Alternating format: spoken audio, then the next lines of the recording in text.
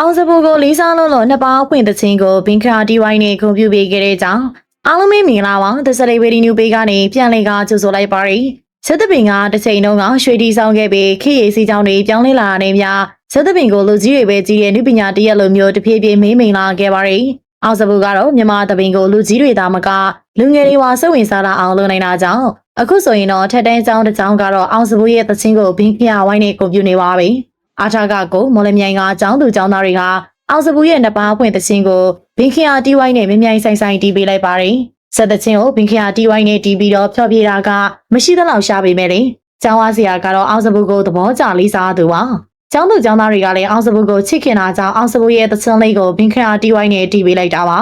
ဒီလိုဖန်တီးပေးလိုက်တာကြောင့်ဇက်သချင်းကိုဘင်္ဂရာတီဝိုင်းနဲ့တီးလို့ရကြောင်းကိုလည်းသိရှိသွားစေပါတယ်အနောက်တိုင်းဒုတိယရင်းနဲ့ဇက်သချင်းကိုခန်းခန်းနာနာညီညီညာတီးခတ်နေလို့အောင်စပူပရိသတ်တွေကလည်းသဘောကျနေပါတယ်။အောင်စပူကိုကေဂျီကလေးတွေကချစ်ခင်ကြသလိုထက်တန်းကျောင်းသူကျောင်းသားတွေကလည်းချစ်ခင်ကြလို့ဘင်္ဂရာတီဝိုင်းနဲ့ပဲဂုဏ်ပြုပေးကြတာပါ။ခမ်းမကြီးရဲ့မှာလူဝင်အားအများကြီးနဲ့ဖွဲ့စည်းထားတဲ့ဘင်္ဂရာဖွဲ့ကြီးဟာအောင်စပူအတွက်အခုလိုဂုဏ်ပြုတီးခတ်ပေးတာက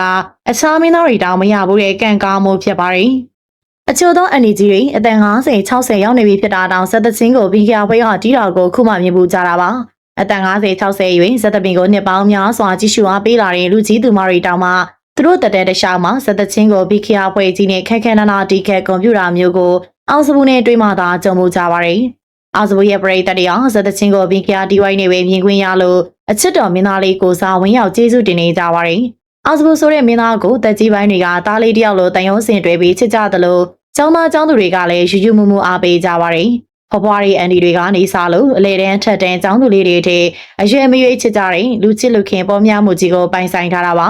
လောကမှာစ조사တိုင်းအောင်မြင်တဲ့သူတွေရှိသလိုအချို့ကတော့အောင်မြင်ဖို့ရအောင်ကိုမွေးဖွားလာတဲ့ပါရမီရှင်တွေဖြစ်နေတတ်ပါတယ်အောင်စပူကလည်း Born to BH Down ဆိုတဲ့စလုံးနဲ့အတိအကျကိုကိုင်ယူနေပါတယ်ဒီကိလူငယ်တွေသဘောကျတဲ့ K-pop idol တွေလိုခက်ချောချောခက်မမရုပ်ထွက်ရှိတာပါ